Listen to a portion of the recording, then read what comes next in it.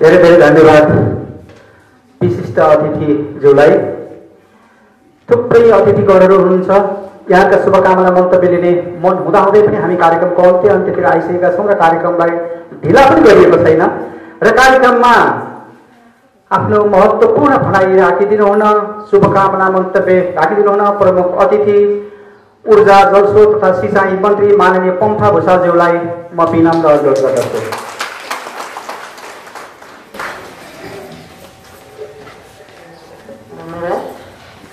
यस शुभकामना कार्यक्रमका अध्यक्षज्यू, माननीय प्रदेश सभाका सांसदज्यू, प्रमुख जिल्ला अधिकारी, प्रमुख हाम्रो निर्वाचित साथीहरू लगायत मञ्चमा आसीन अतिथिहरू, कार्यक्रमका आयोजक साथीहरू र सहभागी सबै दिदीबहिनी तथा दाजुभाइहरू, हार्दिक तथा न्यानो अभिवादन र न्यानो शुभकामना पनि। हामी एउटा यो युगको एउटा ठुलो सङ्कटको सामना गरेका छौँ। केही वर्ष अगाडि हामीले महाभूकम्प भोगेका थियौँ। त्यो चाहिँ मुख्य 13 जिल्लामा घनीभूत थियो, बाँकी अलिअलि थियो, तर जहाँ भए पनि एउटा दुईवटा घरले भूकम्पको क्षति, अर्को छेउकेले नभोगेको पनि एउटा स्थिति थियो र हामीले त्यसलाई बिस्तारै पुनर्निर्माण भनेर करिब अब त्यसको 90-95% चाहिँ पुनर्निर्माणका कामहरू सकिँदै गरेका बेलामा एउटा विश्वव्यापी एउटा महामारीका रूपमा चाहिँ कोभिड-19 आयो, जसले कोही पनि छोडेन, गाउँ सहर, यो देश त्यो देश भन्ने भएन, सबैतिर र झन्डै पाउने 2 वर्षदेखि चाहिँ हामी 1.5 वर्षदेखि चाहिँ सामान्यतया प्रत्यक्ष हामीले धेरैलाई भेट्न पाएनौँ। हामी पनि यहाँहरू कहाँ आउन पाएनौँ, यहाँहरू पनि हामी कहाँ आउनु पाएन। त्यसैले यो पुनर्मिलन जस्तो लामो समयको एउटा मिलनको कार्यक्रम आयोजना गरेर नागरिक सरकार, सामाजिक युवती महिला समूह, न्यू कोलोनी महिला समूह र सुन्दर नेपालले चाहिँ ज्यादै महत्त्वपूर्ण एउटा कार्यक्रमको आयोजना गरेर हाम्रो पुनर्भेटघाटको कार्यक्रम राखिएको छ। म त्यसको लागि चाहिँ धेरै धन्यवाद भन्न चाहन्छु। चाडबाड त अब गत वर्ष हामीले घरभित्रै बसेर मनायो। अब अहिले पनि अलिकति सहज त छ, किनकि हामीले खोप लगाएका छौँ। खोपले चाहिँ यो कोभिड रोक्ने भनेको मुख्य खोप हो, त्यसपछि स्वास्थ्य मापदण्ड हो। त्यसैले अहिले हामी गत वर्ष खोपको अभावमा दसैँ मनाएको भने अहिले हामीले धेरै जसोले खोप पनि लगाइरहेका छौँ र आउने 24सम्म चाहिँ सबै नेपालीलाई खोप दिइसक्ने गरेर सरकारले आफ्ना तयारीहरू पनि गरिराखेको छ। हामी यहाँ हुने मलाई लाग्छ उपस्थित सबैले खोप लाग्छ, खोपबाट कोही पनि वञ्चित छैन जस्तो लाग्छ। नभए अब अहिले भर्खरै पनि धेरै लाख खोपहरू आइरहेछ, यही हप्ताबाट यहाँ पनि सुरु हुन्छ, त्यसमा सहभागी बनौँ। पहिलो। दोस्रो चाहिँ अरू स्वास्थ्य मापदण्ड फेरि गरौँ। खोप लागेकाहरूलाई पनि कोभिड भएको छैन कि, तर नलागेकाहरूलाई हामीले धेरै गुमायौँ, लागेकाहरूले स्वास्थ्य धेरैको स्वास्थ्य चाहिँ राम्रो भएको छ र कोभिड भनेको साँच्चै एउटा महाविपत्ति रहेछ। हामीले हाम्रै ठाउँमा पनि धेरै मान्छे गुमाएका छौँ, राष्ट्रिय रूपमा पनि ज्यादै राम्रा मान्छेहरू, स्वास्थ्य कर्मी, डक्टरहरू नै र हाम्रा सेवा दिने नर्सहरू पनि गुम्नुभएको छ र आम जनता पनि। र अब हामी चाहिँ त्यसको नियन्त्रणतिर आइरहेछौँ र त्यसैले यो आउने चाडबाडलाई पनि हामीले त्यही स्वास्थ्य मापदण्डलाई ध्यानमा राखेरै मनाउनेछौँ। सदा जस्तो अझ उन्मुक्त ढङ्गले, एकदम स्वतन्त्र ढङ्गले जता पनि गर्ने जस्तो स्थिति चाहिँ छैन। स्वास्थ्यलाई ध्यान दिनेछौँ र मनाउनेछौँ। तपाईँको आजको आयोजना देख्दा कति भव्य र कति व्यवस्थित छ। यसले अन्यथा त नहोस्, तर जहाँ महिला हुन्छन् त्यहाँको व्यवस्थापन चाहिँ राम्रो हुन्छ। यहाँ 3वटा महिला संस्था हुनुहुन्छ र मैले कुनै नेपाललाई प्रतिनिधित्व गर्न खोजिआएन, तर राम्रो जे म धेरै कार्यक्रममा हामी सहभागी हुन्छौँ। यति शानदार ढङ्गले स्वास्थ्य मापदण्डलाई पालना गरेर भएका कार्यक्रम चाहिँ पाइन्छ। त्यसले तपाईँलाई एकदमै बधाई र मैले शुभकामना पनि भन्न चाहन्छु। अब हाम्रा चाडबाड हिजो चाहिँ कुनै बेलाको समाज विकासका क्रममा ज्ञान नभएर अज्ञानताले, तथ्यहरू नभएपछि एकदम मनगत ढङ्गले विभिन्न ढङ्गले बने पनि, तर अहिले हामी यो स्थितिमा आइपुग्दा असाध्यै राम्रा चाडबाड छन् हाम्रा। वैशाखबाट सुरु हुन्छ, सन्तानहरूले आमाको मुख हेर्ने भनेर सुरु हुन्छ। बडो एकदमै सन्तानहरूको मातृ स्नेह, आमाप्रतिको कर्तव्य र जिम्मेवारी बोध गराउँछ। त्यसले असाध्यै राम्रो चाडबाड छ। हामीले केही दिन अगाडि बाबुको मुख हेर्ने पितृ औँसी पनि मनायो, जसले आफ्ना जन्मदाता बाबुप्रतिको कर्तव्य, जिम्मेवारी, भावना, सम्मानलाई बडो बोध गराइदिन्छ। मान्छे यता कता मान्छे अलिक च्युत भएको छ आफ्नो कर्तव्य र भूमिकाबाट भने पनि त्यसले चाहिँ हामीलाई बडो एउटा जिम्मेवारी बोध बनाइन्छ र आफ्नो कर्तव्य पालना गर्न चाहिँ सचेत सजग बनाउँछ। यी विश्वविद्यालयमा पढाउने पढाइभन्दा धेरै महत्त्वपूर्ण छन्। तीज मनायो, अब हाम्रो समाजमा बिहा गर्न छोरीहरू अन्त जाने चलनले फेरि हामी तीजमा दिदीबहिनी सबैलाई बोलाउँछौँ। सबै दिदीबहिनी पनि भेट हुन्छ, चेलीबेटीको माइतीसित पनि भेट हुने बडो एकताको चाड छ।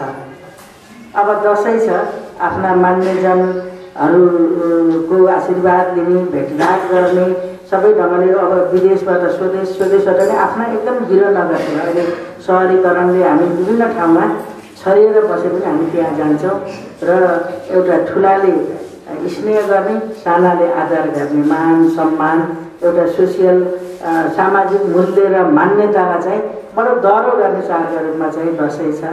तिहार आउँछ, तीज जस्तै फेरि दाजुभाइ र दिदीबहिनीहरूको मिलन र सम्बन्धलाई चाहिँ सुदृढ बनाइदिने, भावनात्मकताको आत्मीयतालाई अझ बढाइदिने एउटा महत्त्वपूर्ण चाडहरू छन्। आज मात्रै पनि हामी पहाडी मुलुकले तीज मनाएर सक्यौँ। तराईमा थारू जातिले मनाउने जितिया पर्व हो। तीज जस्तै ढङ्गको त्यो पनि आफ्नो ढङ्गले मनाउने चाडपर्वहरू छन्। त्यसैले यी सामाजिक एकताका, पारिवारिक मिलनका, भावनात्मक एकताका र सम्बन्धलाई सुदृढ गर्ने बडो महत्त्वपूर्ण चाडहरूलाई हामीले त्यही रूपमै मनाउने गरेका छौँ। अब हामी घर मात्रै मनाउने कुरालाई हामीले सामाजिक बनायौँ। यसले यस्तो राम्रो सामाजिक एकता बनाइदिन्छ। सहरीकरणले मान्छे एउटाको घरबाट अर्कोको घरमा, एउटाको गेटबाट भित्र अर्को गेटमा छिर्न हामीलाई अलिक गाह्रो छ। तर यो प्रकारको सामाजिक संस्थाहरू र कार्यक्रमको आयोजनाले चाहिँ हाम्रो सामाजिक एकता, सामुदायिक एकता अनि आपसी सहकारी, सहयोग र सद्भाव र आत्मीयता बढाउने महत्त्वपूर्ण कार्यक्रमका रूपमा चाहिँ यो रहेको छ। यस्तै सामाजिक र सामुदायिक एकताले एउटा सुदृढ राष्ट्रिय एकता बन्छ र यस्तै कार्यक्रमहरूले चाहिँ हामीले सहकारीले चाहिँ विचारहरूको आदान प्रदान, त्यसपछि सरसहयोगको आदान प्रदानले चाहिँ हामीले जसलाई लोकतन्त्र भनेका छौँ, सङ्घीय लोकतान्त्रिक गणतन्त्र, त्यसैको परिणाम हो नि हामीले यो सहज ढङ्गले गर्न पाउने ढङ्गको यसलाई चाहिँ बडो सकारात्मक ढङ्गले परिमार्जन गर्दै अगाडि बढाउने कुरा ज्यादै महत्त्वपूर्ण छ।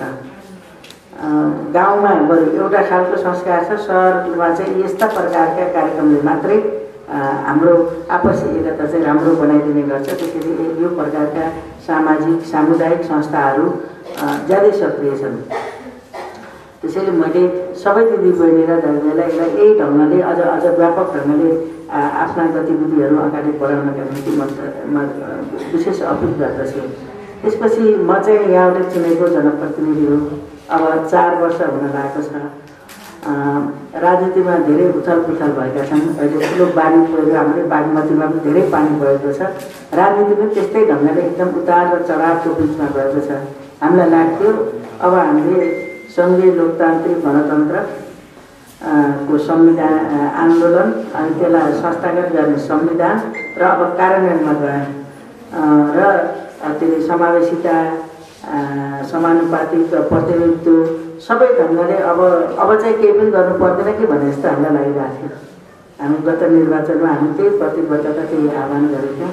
तर हुँदो रहेछ अरू सामाजिक तपाईँहरूका सङ्घ संस्थाभन्दा राजनीति अलिक फरक हुने, उपलब्धि धेरै ठुलो त्याग तपस्या बलिदानबाट उपलब्धि प्राप्त गर्ने, कहिले आम्ने सामनेका प्रतिद्वन्द्वीद्वारा हुने, पहिले भित्रैबाट पनि एकदमै उपलब्धिहरू पुग्ने एउटा प्रतिक्रान्ति पनि हुँदो रहेछ। हामी धेरै ढङ्गका उत्तर पुस्ताका बिचमा यहाँ आइपुगेका छौँ। हामी सबैले भोग्नेछौँ। झन्डै यहाँले निर्वाचित गरेको एउटा इतिहास जस्तो 2चोटि त हाम्रो संसद विघटन भएर म त तेस्रोचोटिको सांसद। एकचोटि यहाँले चुनेको, फेरि पुस गते विघटन भएको, अनि फेरि फागुन 11 गते अदालतले विजय दिएर दोस्रोचोटि सांसद भएको, फेरि जेठ 8 गते फेरि विघटन गरेर अनि संसद र आफू पनि सांसद नभएको, फेरि असार 28 गते फेरि सर्वोच्च अदालतले विजय दिएर फेरि तेस्रोचोटि यहाँले भोट हालेको, म तेस्रोचोटि सांसद बनेको। यो प्रकारको राजनीतिको उतार चढावका बिचबाट अनि संसदको पुनर्स्थापनापछि यति बेला नेपाल सरकारमा मैले पनि एउटा मन्त्रालयको जिम्मेवारी लिएको छु। अब यहाँहरूको म प्रतिनिधि हुनुको नाताले चाहिँ मैले एउटा त म देशैभरिको हो, किनकि सङ्घीय सरकार भनेको देशैभरिको हो, तर फेरि म त यही ठाउँका यहाँहरूको प्रतिनिधि हो। त्यसैले मैले जहिले पनि मेरो प्रतिबद्धता, मेरो सङ्कल्प सम्पूर्ण नेपाली जनता, आफ्नो निर्वाचन क्षेत्रका जनता, सम्पूर्ण राष्ट्र र आफ्नो निर्वाचन क्षेत्रपछि चाहिँ म प्रतिबद्ध भएर सङ्कल्परत भएर लाग्नेछु। यहाँले जुन विश्वासका साथ मत दिनुभएको थियो मैले त्यसको पुरा सम्मान गर्नेछु र जनमत, जनइच्छा, जनताको हित र राष्ट्रको हित विपरीत मैले कुनै पनि काम गर्ने छैन। मैले अहिले पनि यो मन्त्रालय मेरो ऊर्जा छ, बिजुली सम्बन्धी, सिँचाइ छ, हाम्रो देश कृषि प्रधान हो, त्यसपछि चाहिँ भुचिया रोप्ने, नदी नियन्त्रण भुचिया रोप्ने आदिसित सम्बन्धित छ। मैले के सोचेँ भने जनताको त्याग, तपस्या र बलिदान र ठुलो परिवर्तन भएको छ।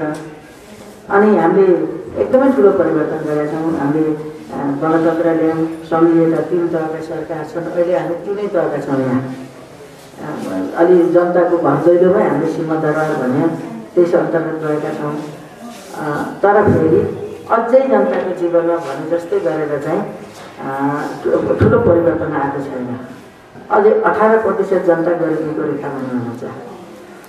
अझ यो कोभिडले मेरो विचारमा बढाइदिएको होला। यसले स्वास्थ्य र मानव जीवनमा मात्र असर पारेको छैन। 1.5 वर्ष व्यवसाय, पेसा, रोजगार सबै चिज सिङ्गो आर्थिक अर्थसामाजिक स्थिति डामाडोल भएको छ। अहिले पनि स्कुल कलेजसम्म पनि बन्द छन्। यो स्थिति एउटा महासङ्कटको स्थितिले मेरो विचारमा गरिबीको रेखामुनिको अझै सङ्ख्या बढाइदिएको छ। त्यसैले ती गरिबीका रेखामुनि भएका जनताको जीवनस्तरलाई माथि उठाउँदै आम नेपाली जनताको अर्थसामाजिक स्थितिलाई माथि बढाउने कुरा अहिलेको हामीले गरेको परिवर्तनपछि लेखेको संविधान र परिवर्तनपछि हामीले स्थापित गरेको राजनीतिक प्रणालीको मुख्य उद्देश्य हो।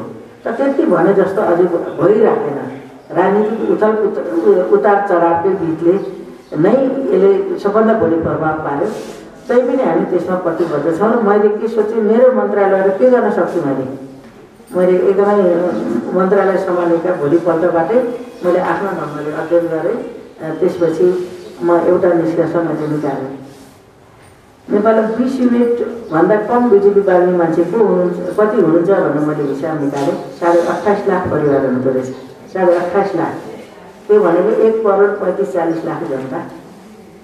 अनि मैले सोचेँ यो चाहिँ मतलब एउटा मापन हो जो गरिब विपन्न वर्गको हुनुहुन्छ। अनि यसले हाम्रो सहरमा त त्यति असर गर्दैन, यहाँ राजधानी हामी जहाँ बस्छौँ, तर ग्रामीण क्षेत्रमा चाहिँ यसले ठुलो असर गर्छ। अनि मैले 20 युनिट बिजुली निःशुल्क गर्ने मैले निर्णय गरेँ। ती जनता व्यक्तिका इच्छा आकाङ्क्षा हुन्छन्, धेरै गर्न सकिन्न, तर सिङ्गो वर्ग र समूहलाई सकिन्छ भन्ने त मैले गरेर त्यसको चाहिँ भोलि 14 गते हाम्रो विद्युत महसुल नियमन आयोग भन्छ, त्यसले सार्वजनिक सुनवाई राखेको छ। त्यसले सहमति दिएपछि लागू हुन्छ, छिट्टै त्यो लागू हुन्छ, मैले वचनबद्ध राखेँ। त्यसपछि हामी यो जलस्रोतको धनी भन्छौँ, तर हाम्रो बिजुली अलिक महँगो छ।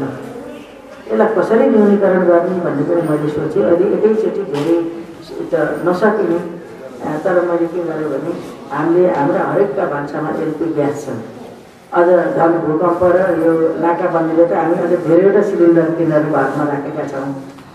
अनि यो भनेको के भने हाम्रो पैसा त्यो एलपी ग्यासको पैसा चाहिँ भारतीय पेट्रोलियम निगममा जान्छ। हामीले अझ कसरी जान्छ भने चाहिँ नि हाम्रो राष्ट्र बैङ्कले डलर दिएर आइसी किनेर अनि आइसीमा पैसा पुर्याउनु भनेको देशको पैसा सबै बाहिर जान्छ। त्यो करिब 40 अरबदेखि 42 अरबसम्म अहिले बाहिर जान्छ। अनि त्यो पैसा जाँदासम्म पनि हाम्रो देशको विकास हुन्न र हाम्रो देशमा आर्थिक उन्नति हुन्न भन्ने मलाई लाग्यो। र मैले थोरै भए पनि म बिजुलीको रेट घटाउँछु। एलपी ग्यासलाई विस्थापित गर्न कसरी सकिन्छ भनेर अध्ययन गरेपछि एउटा 10 रुपियाँ युनिटसम्मको एउटा बिजुली छ। अब विभिन्न रेटको भएर त्यसलाई मैले 9.5मा जाने औसत मान्छेको त्यही भित्र पर्छ। त्यसपछि जसले बढी बिजुली बाले उसले बढी रेट तिर्नुपर्ने। त्यसपछि मैले सबभन्दा बढी 12 रुपियाँ छ हाम्रो घरेलु उपभोगमा, त्यसलाई मैले 11 रुपियाँमा दिएँ। किन भन्दाखेरि 11 रुपियाँसम्म हुँदाखेरि चाहिँ एलपी ग्यासभन्दा हाम्रो बिजुली सस्तो। त्यसो भएर घरमा विद्युतीय चुलोको प्रयोग होस्, एलपी ग्यासलाई चाहिँ हामीले एकदम न्यूनीकरण गरौँ। अहिले 0 पनि भन्दैन, हाम्रो संरचना बाँकी छ। एउटा समय आकाश झुकल बत्ती जाँदाखेरि एउटा रिजर्भ राखेर अरू सबै सिलिन्डर अब हटाइदिउँ र विद्युतीय चुलोको प्रयोग गरौँ, जसले हाम्रो राष्ट्रिय पुँजी देशैभित्र रहन्छ र पुँजी बन्छ र हाम्रो देशको विकास हुन्छ भन्ने ठानेर मैले एउटा बिजुलीको रेट घटाएँ। दोस्रो, दिउँसोको रेट र रातिको रेट मैले फरक गरेँ। रातिको आधा सस्तो छ। अब हामीले वासिङ मेसिन सेसिन चलाउनु पऱ्यो भने चाहिँ हामीले रातिमा चलायो भने बिजुली सस्तो हुन्छ। एकदम त्यो गर्नुहोस् भन्ने मेरो आशा छ। अर्को चिज चाहिँ हाम्रो देश कृषि प्रधान देश हो। सबै कुरा चाहे भूकम्पको कुरा होस्, चाहे अहिले हामीले यो कोभिडको महासङ्कट भयो, यसबाट के देख्यो भने आधारभूत कुरो भनेको कृषि रहेछ। हामी धेरैले कौशी खेती करेसाबारी खेती गऱ्यौँ त यो बिचमा हाम्रो माटो सुन जस्तो छ, यति मलिलो सुन जस्तो छ कि हामीले अलिअलि गरे पनि पुग्छ। तर अहिले विडम्बना कस्तो भने करिब 2 खरबको खाद्यान्न आएको हुन्छ। 2 खरबको 200 अरबको खाद्यान्न तरकारी र फलफुल विदेशबाट आउँछ। यसलाई नरोक्दासम्म पनि हाम्रो देशको विकास हुन्न। त्यसपछि त्यस्तै खरबौँको डिजेल र पेट्रोल आउँछ। त्यसको ठाउँमा हाम्रै देशमा बनेको बिजुली र बिजुलीबाट चल्ने यातायातका साधनहरूलाई जब बढावा दिन्छौँ, त्यसपछि खरबौँ पैसा हाम्रै देशमा रहन्छ। हाम्रै देशको पानीबाट बनेको बिजुलीको खपत बढ्छ। अहिले मैले गरेको महत्त्वपूर्ण मन्त्रालय त्यसरी मैले के गरेँ भने कृषिलाई बढावा दिएँ।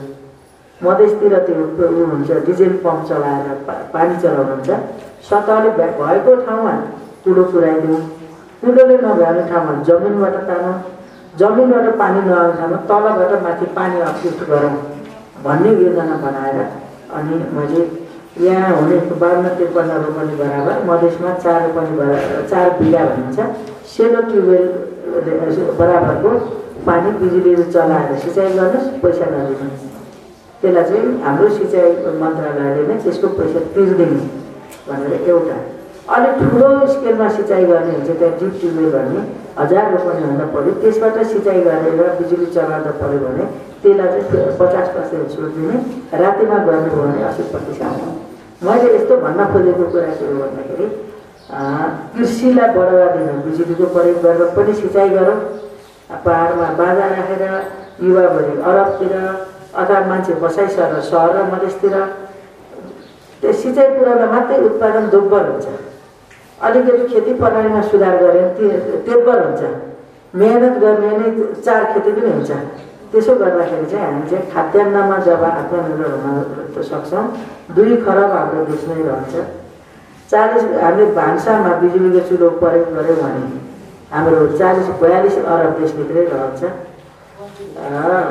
अनि यातायातका साधनहरू बिजुलीबाट चलाउने प्रणालीमा गयो भने हाम्रो 2 खरबभन्दा बढी डिजल पेट्रोलमा वर्षमा जाने पैसा बच्छ। यसले हाम्रो देशको पैसा देशभित्र रहन्छ। एउटा व्यापार घाटा छ, व्यापार सन्तुलनमा हामीले अरू देशसित गर्नेमा हामी घाटामा छौँ, त्यसलाई पनि अन्त गर्छ। त्यसले देशभित्र रोजगारको पनि सृजना गर्छ र जनताको आर्थिक स्थिति विकास गर्छ। मैले यही मूल्य र मान्यता राखेर अनि सिँचाइलाई निःशुल्क र अलिक बढी हुनेहरूलाई चाहिँ अलि न्यूनीकरण अनि विद्युत गरिब वर्गलाई निःशुल्क अनि अरूलाई चाहिँ मात्र विद्युतको रेट घटाउँदै र अनि घरभित्रका सबै चिजमा डिजेल पेट्रोल एलपी ग्यास प्रयोग नगर भन्ने उद्देश्यद्वारा चाहिँ मैले यही निर्णय गरेको छु। मैले मेरा मतदाता भएको मतदाताको प्रतिनिधि भएको कुरा चाहिँ म यति जानकारी दिन चाहन्छु र मैले के गर्छु भने सबैका भान्सामा अब यहाँको धेरै दिदीबहिनी पनि हुनुहुन्छ विद्युतीय चुलोको प्रयोग गरेर त्यो इन्डक्सन भन्नेले चाहिँ अलिक खर्चिलो जस्तो त्यसकै भाडा किन्न पर्ने, तर अहिले त्यो फ्ल्याट भाडा भयो भने चाहिँ जुनसुकै भाडामा चाहिँ पकाउन मिल्ने बजारमा चुलो आएका छन्, त्यसैले त्यसको प्रयोग गरौँ। त्यो हामीले एलपी ग्यासका निम्ति किनेका चुलो भन्दा विद्युतीय चुलो महँगो छैन। अझ मेरो कोसिस चाहिँ अलि विद्युत प्राधिकरण साइटेरिङ आदि गरेर गयो भने सस्तोमै लिएर अनि त्यसलाई स्थापनामा मूल्य तिरेर पनि जनताले चुलो प्राप्त गर्नुहोस् भन्नेतिर पनि मैले सोच्दैछु। भर्खर म 2.5 महिना भन्छ गएको, म त्यतातिर पनि जानेछु।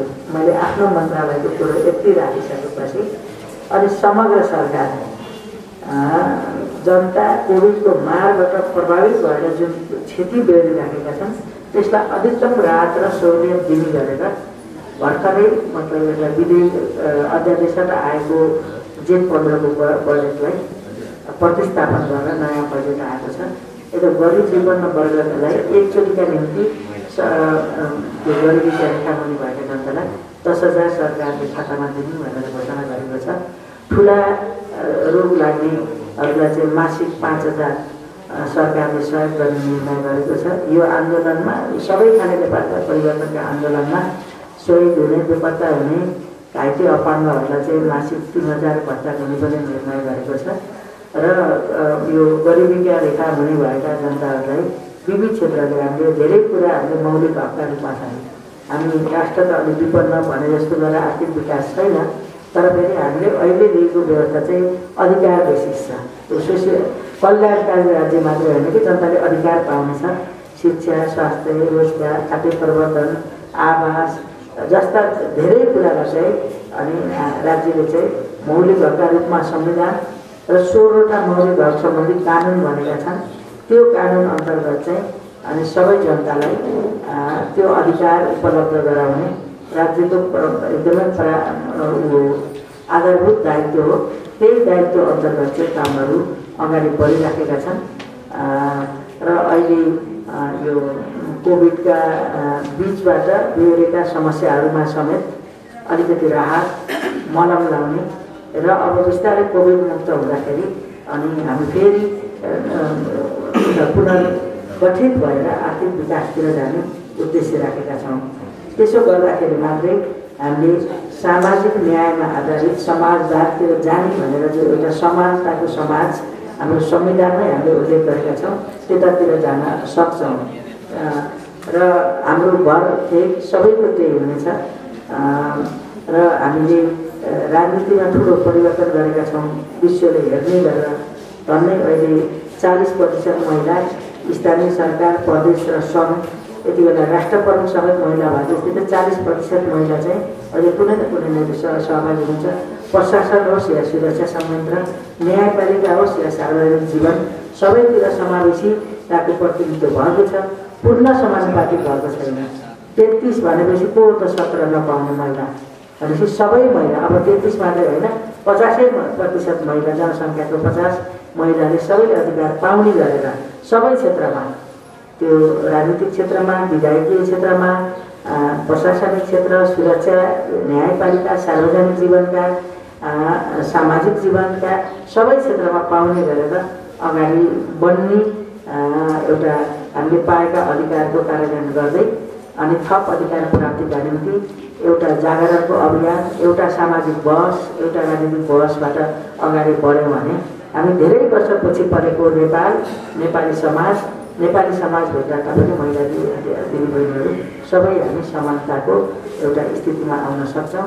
उत्पीडित वर्ग छ, उत्पीडित जाति छ, पिछडिएको क्षेत्र छ अनि पिछडिएको समुदाय छ, पिछडिएको महिला सबैलाई चाहिँ जुन दिन हामीले सबैलाई एउटा सामाजिक न्यायमा आधारित समानताको आधारमा पुर्याउन सक्छौँ त्यही दिन नै एउटा वास्तविक मुक्ति, वास्तविक समानता र हामीले परिकल्पना गरेको समाजवाद निर्माण हुनेछ।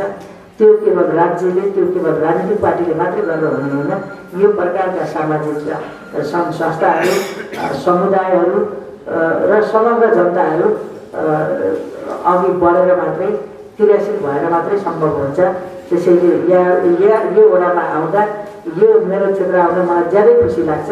अरू कैयौँ राजनीतिक सत्ता, प्रशासनिक या सुरक्षाका कैयौँ संयन्त्रभन्दा हामी कहाँ चाहिँ सामुदायिक र संस्थाहरू, सामाजिक संस्थाहरू अत्यन्तै बढी क्रियाशील सशक्त छन्। चाहे सहकारीको आन्दोलन होस्, चाहे सामाजिक सङ्घ संस्थाको होस्, चाहे समूहको रूपमा होस्, चाहे टोल सुधारका रूपमा होस्, चाहे यहाँ जातीय सामुदायिक सङ्घ संस्थाका रूपमा होस्, ती नै बढी शक्तिशाली र क्रियाशील छन्।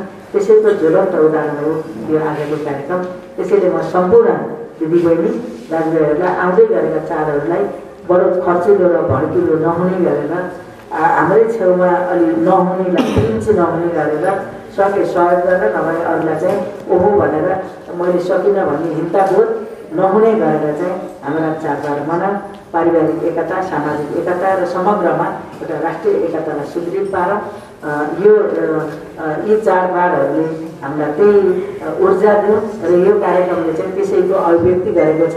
र हामी तिहारको लगत्तै चाहिँ हाम्रो नेपालको राष्ट्रिय सम्बन्ध, नयाँ सम्बन्ध, दसैँ, तिहार, छठ लगायतका र अनि नेपाल सम्बन्ध, राष्ट्रिय सम्बन्ध हामीले अर्को कार्यक्रम यदि विचार गर्न सकेनौँ भने म अहिले नै अग्रिम शुभकामना भन्दै आफ्ना भनाइ अन्त गर्नु पूर्व म तपाईँको प्रतिनिधि हो। म यहीँ बसेर मेरो, त्यसैले सुरक्षा आदि कारणले चाहिँ म मन्त्री क्वार्टरमा गएको छु, कुलचोकमा D5 मेरो क्वार्टर हो। मैले शुक्रबार बिहानको टाइम चाहिँ ललितपुरलाई मैले छुट्याएको छु। यहाँबाट केही काम पऱ्यो भने मैले गर्ने सहयोग भयो भने यहाँहरूलाई एकदम हार्दिक स्वागत छ। यदि इमर्जेन्सी पऱ्यो भने फेरि 24 घन्टा म जहिले पनि छु। भनेको बेला फोन उठाउन सकेन भने यहाँहरूले लेखेर पनि मलाई मेसेज पठाउनुहुनेछ। र त्यहाँ आउनु पर्दाखेरि अहिले सम्झिनु भने 98 511 71412 नारायण छेत्री हुनुहुन्छ मेरो स्वर्गीय सचिवालयमा। उहाँसित भनेर त्यो गेटमा नाम लेखाउनुपर्छ। आउनुहोस् एकचोटि, तपाईँले चुनेको प्रतिनिधि कस्तोमा बस्छ तपाईँ हेर्न आउनुहोस्। त्यसपछि मेरो मन्त्रालय सिंहदरबारभित्र छ, ऊर्जा जलस्रोत तथा सिँचाइ मन्त्रालय। तपाईँले चुनेको प्रतिनिधिको लिएको मन्त्रालय। तपाईँले एकचोटि आलो पालो गरेर सबै आउनुपर्छ सिंहदरबार। आउनुहोस्, एकचोटि हेर्नुहोस्, धेरै फुर्सद बसेर कुरा गरौँला। भएन भने एक कप चिया खाएर फर्किनु होला। सबैलाई मेरो मन्त्रालयमा स्वागत दिन्छ। म यति कुरालाई चाहिँ धन्यवाद भन्न चाहन्छु। हलमा सद्भाव, एकता, हातेमालो, नागरिकको पहिचान, बडा दशैं, शुभ दीपावली, नेपाल सम्बन्ध, छठ लगायतका पर्वहरूको अवसरमा शुभकामना आदान प्रदान कार्यक्रममा उपस्थिति भएका छौँ। 18-19 महिनाको लकडाउन जस्तै अवस्थाबाट गुज्रिएर रहेको र गत वर्ष पनि हामीले शुभकामना आदान प्रदान कार्यक्रमलाई यसरी खुल्ला रूपमा बस्न भेट्न पाएका थियौँ। तथापि अहिले पनि कोभिड त पूर्ण रूपमा गइसकेको होइन नै विज्ञहरूको भनाइ छ। त्यसै कारण हामीले सामाजिक दूरी कायम गर्दै यहाँ बसेका पनि छौँ र उपस्थित सम्पूर्ण महानुभावहरू जो हल बाहिर हुनुहुन्छ उहाँहरूलाई पनि भित्र आइदिनका लागि म अनुरोध गर्दछु र सामाजिक दूरी कायम गर्दै कोभिड छ नै भन्ने उद्देश्यका साथ हामी बसौँ।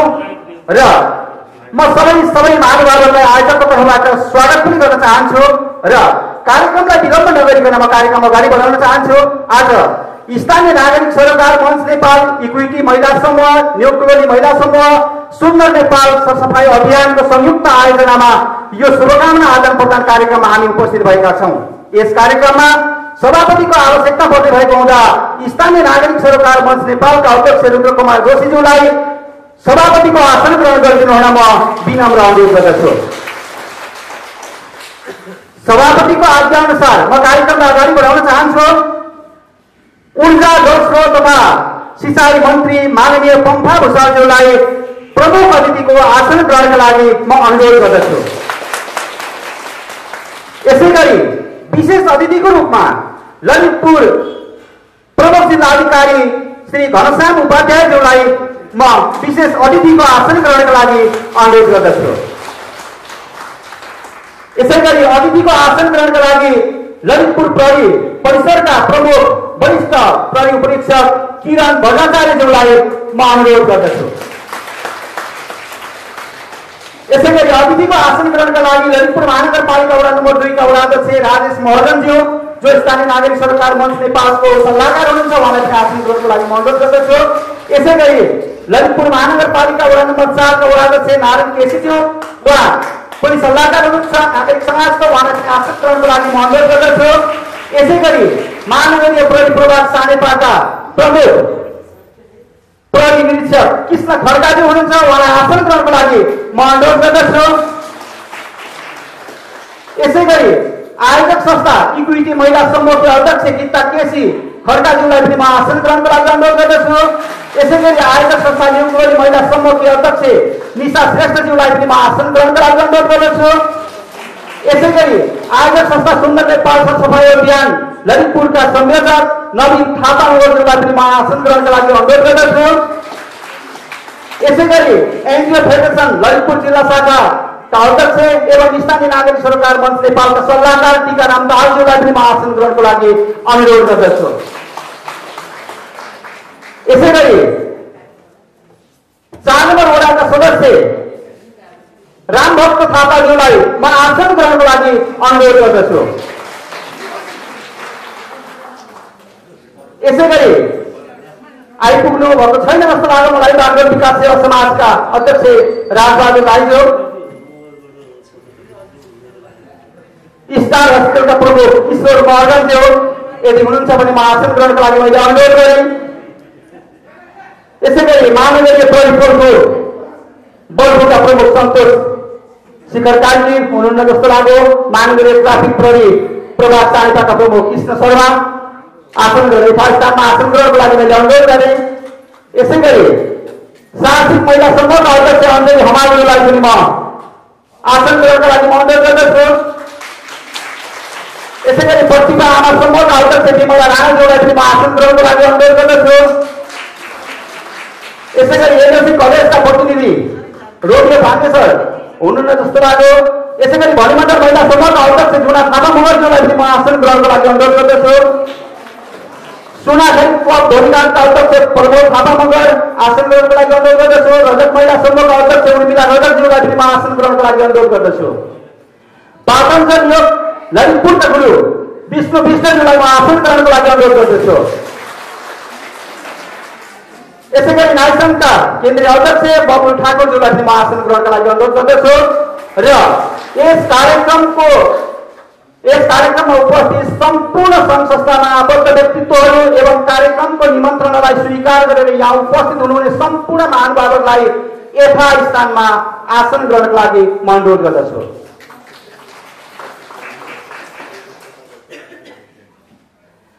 यसै गरी बहुउद्देश्य सहकारी संघका केन्द्रीय महासचिव माधव तिमल सिन्हा सर हुनुहुन्छ, मैले छुट्याएको सर आसन ग्रहणका लागि म अनुरोध गर्दछु। आयोजक संस्थाका साथीहरू यदि कोही सङ्घ संस्थाका व्यक्तित्वहरू अध्यक्षज्यूहरूले पत्राचार हामी 4वटा संस्थाले गरेका छौँ, यदि कोही हुँदा छुट्दा यहाँले मलाई नाम दिनका लागि पनि मैले आयोजक संस्थाका मुख्य साथीहरूलाई अनुरोध गरेँ। र अतिथि गणहरूलाई माला लगाएर सम्मान गरिदिनु हुन प्रभा कार्की र ऋतु कणेलज्यूलाई म अनुरोध गर्दछु।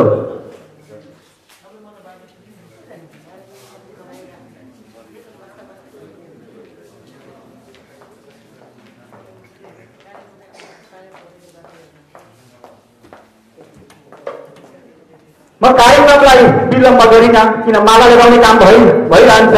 यसै गरी स्वागत मण्डपका लागि आयोजक संस्था इक्विटी महिला समिति अध्यक्ष गीता केसी खड्काज्यूलाई म अनुरोध गर्दछु।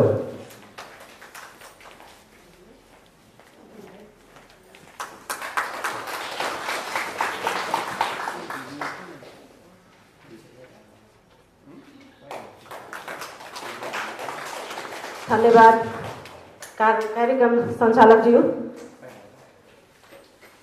इस सभाका सभाध्यक्ष नागरिक सरोकार मंचका अध्यक्ष श्री रुद्र कुमार जोशीज्यू, प्रमुख अतिथि माननीय ऊर्जा जलस्रोत तथा सिंचाई मन्त्री पम्फा भूषालज्यू, विशिष्ट अतिथिज्यू, मञ्चमा आसीन अतिथिज्यूहरू, आयोजक कमिटीका चारवटै संस्थाका अध्यक्ष लगायत सम्पूर्ण पदाधिकारी र सदस्यज्यूहरू, विभिन्न सङ्घ संस्थाबाट पाल्नुहुने महानुभावहरूमा मेरो हार्दिक नमस्कार सँगसँगै स्वागत गर्न चाहन्छु। मानिस एक सामाजिक प्राणी हो। समाज बिना हाम्रो अस्तित्व र पहिचानको कल्पना पनि गर्न सकिँदैन। यसै कारण स्वच्छ, सफा, शान्त, सुन्दर र समृद्ध समाज भए मात्र हामी स्वतन्त्र भएर सुस्कृत र सहज रूपमा आफ्नो दैनिकी क्रियाकलाप गर्न सक्छौँ। यसै कारण आफू बस्ने ठाउँ, समुदाय र सहरलाई स्वच्छ, सफा, सुन्दर, शान्त र समृद्ध बनाउन र समाजको लागि केही गर्नुपर्छ भनेर हामीले आफ्नो समुदायभित्र केही सङ्गठनहरू गठन गरी संस्थाहरू सञ्चालन गर्दै आइरहेका छौँ। यसै सिलसिलामा हामीले आफ्नो विधामा फरक कामहरू गर्दै आइरहेका भए तापनि हामी सबै सङ्घ संस्थाहरूको सहकार्यमा विभिन्न कामहरू हुँदै आएको र आज हामी त्यही अनुरूप चारवटा संस्थाको संयुक्त आयोजनामा यो शुभकामना आदान प्रदान पनि हुन गइरहेको यहाँलाई जानकारी गराउन चाहन्छु। सँगसँगै अहिलेको विषम परिस्थितिलाई पनि मध्यनजर गर्दै हामीले यो संयुक्त आयोजनाको कार्यक्रम गरेका हौँ। सम्पूर्णमा सुख, शान्ति, समृद्धि र सुस्वास्थ्य तथा दीर्घायुको कामना र सँगसँगै एकअर्काप्रति भाइचाराको सम्बन्ध कायम राख्न आजको यो शुभकामना आदान प्रदान कार्यक्रम सञ्चालन गर्न लागिरहेको कुरा यहाँ समक्ष जानकारी गराउँदै हाम्रो निमन्त्रणालाई स्वीकार गरेर आफ्नो अमूल्य समयको प्रवाह नगरी यस कार्यक्रममा पाल्नु भएकोमा म प्रमुख अतिथि, विशिष्ट अतिथिज्यूहरू र आमन्त्रित सम्पूर्ण महानुभावहरूलाई यस संस्थाको आयोजक संस्थाहरूको तर्फबाट र मेरो व्यक्तिगत तर्फबाट यहाँहरूलाई स्वागत गर्न चाहन्छु। स्वागतम स्वागतम स्वागतम भन्दै म आउँदै गरेको महान चाड बडा दशैं, दीपावली र छठ पर्वको पनि शुभकामना दिँदै यहाँबाट बिदा हुन्छु। धन्यवाद, नमस्कार। र सँगसँगै एउटा कुरा म भन्न चाहन्छु, हाम्रो समय एकदमै छोटो छ।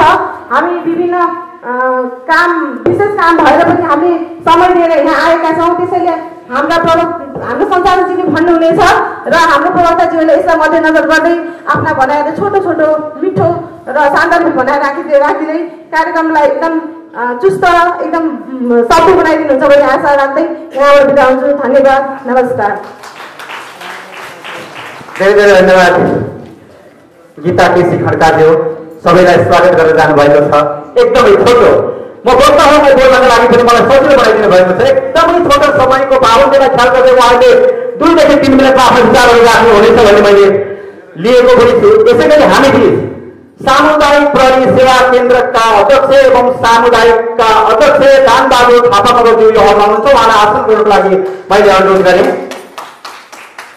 र माला लगाएर सम्मान गरिदिनु हुन म हाम्रा प्रभाकाशीज्यूलाई म अनुरोध गर्छु र कार्यक्रमलाई म अगाडि बढाउन चाहन्छु। यस कार्यक्रमका प्रमुख अतिथि माननीय मन्त्रीज्यूलाई पारसमा दीप प्रज्वलन गरेर कार्यक्रमको उद्घाटन गरिदिनु हुन म अनुरोध गर्दछु। रायबाजी भाइ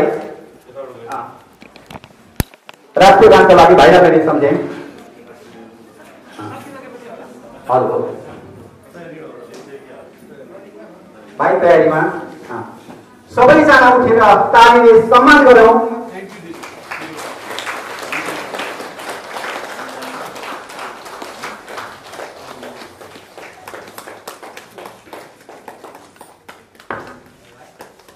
सबैले आफ्नो ठाउँबाट उठेर यहाँ सबैले राष्ट्रप्रति सम्मान स्वरूप हामी राष्ट्रिय गान गाउनेछौँ र राष्ट्रिय गानमा सही हुनको लागि म अनुरोध गर्दछु।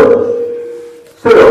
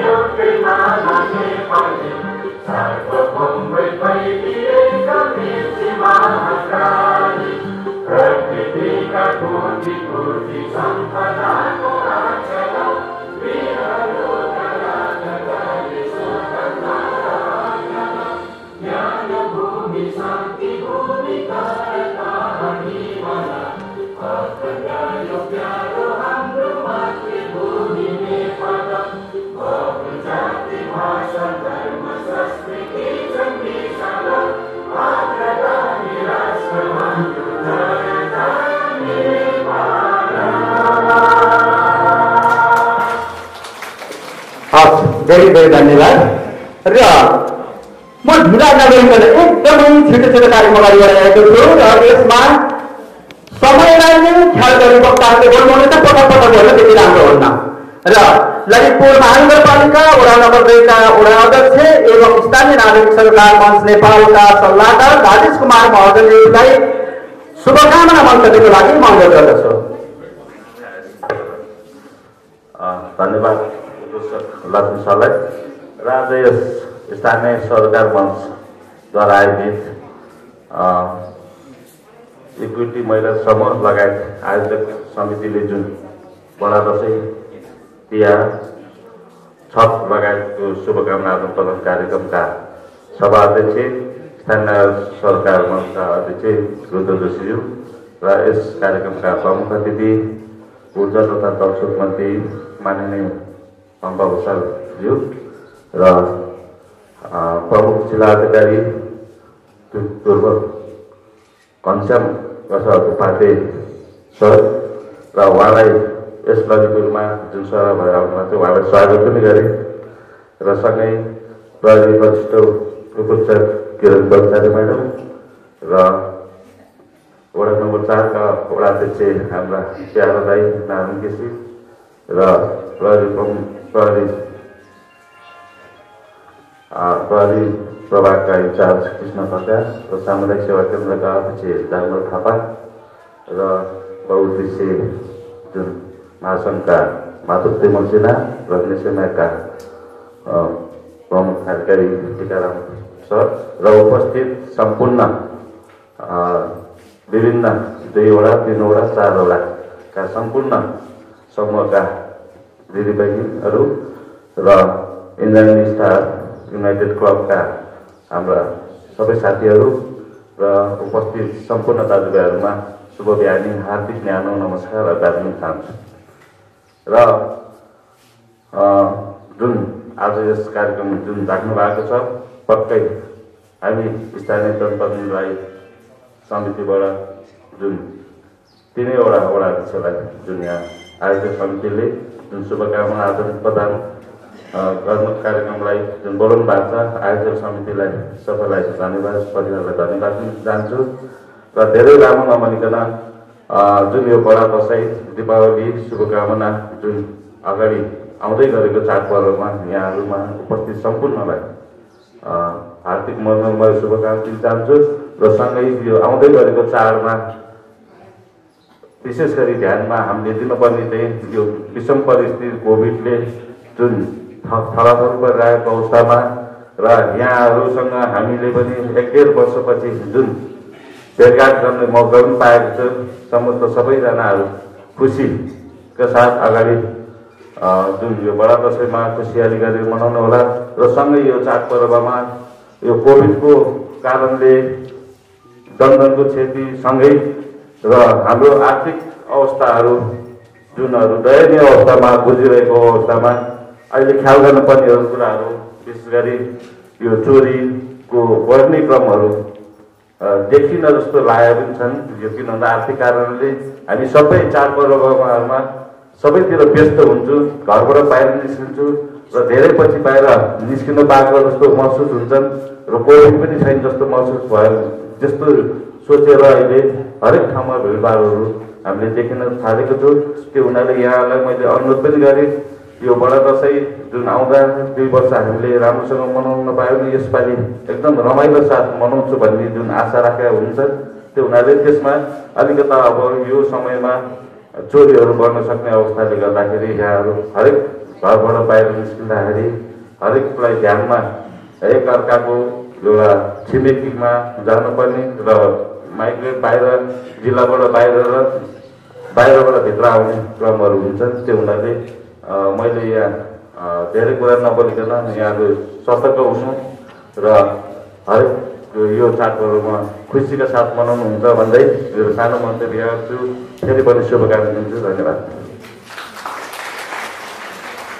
धेरै धेरै धन्यवाद अध्यक्षज्यू एकदम छोटो भनाइको लागि।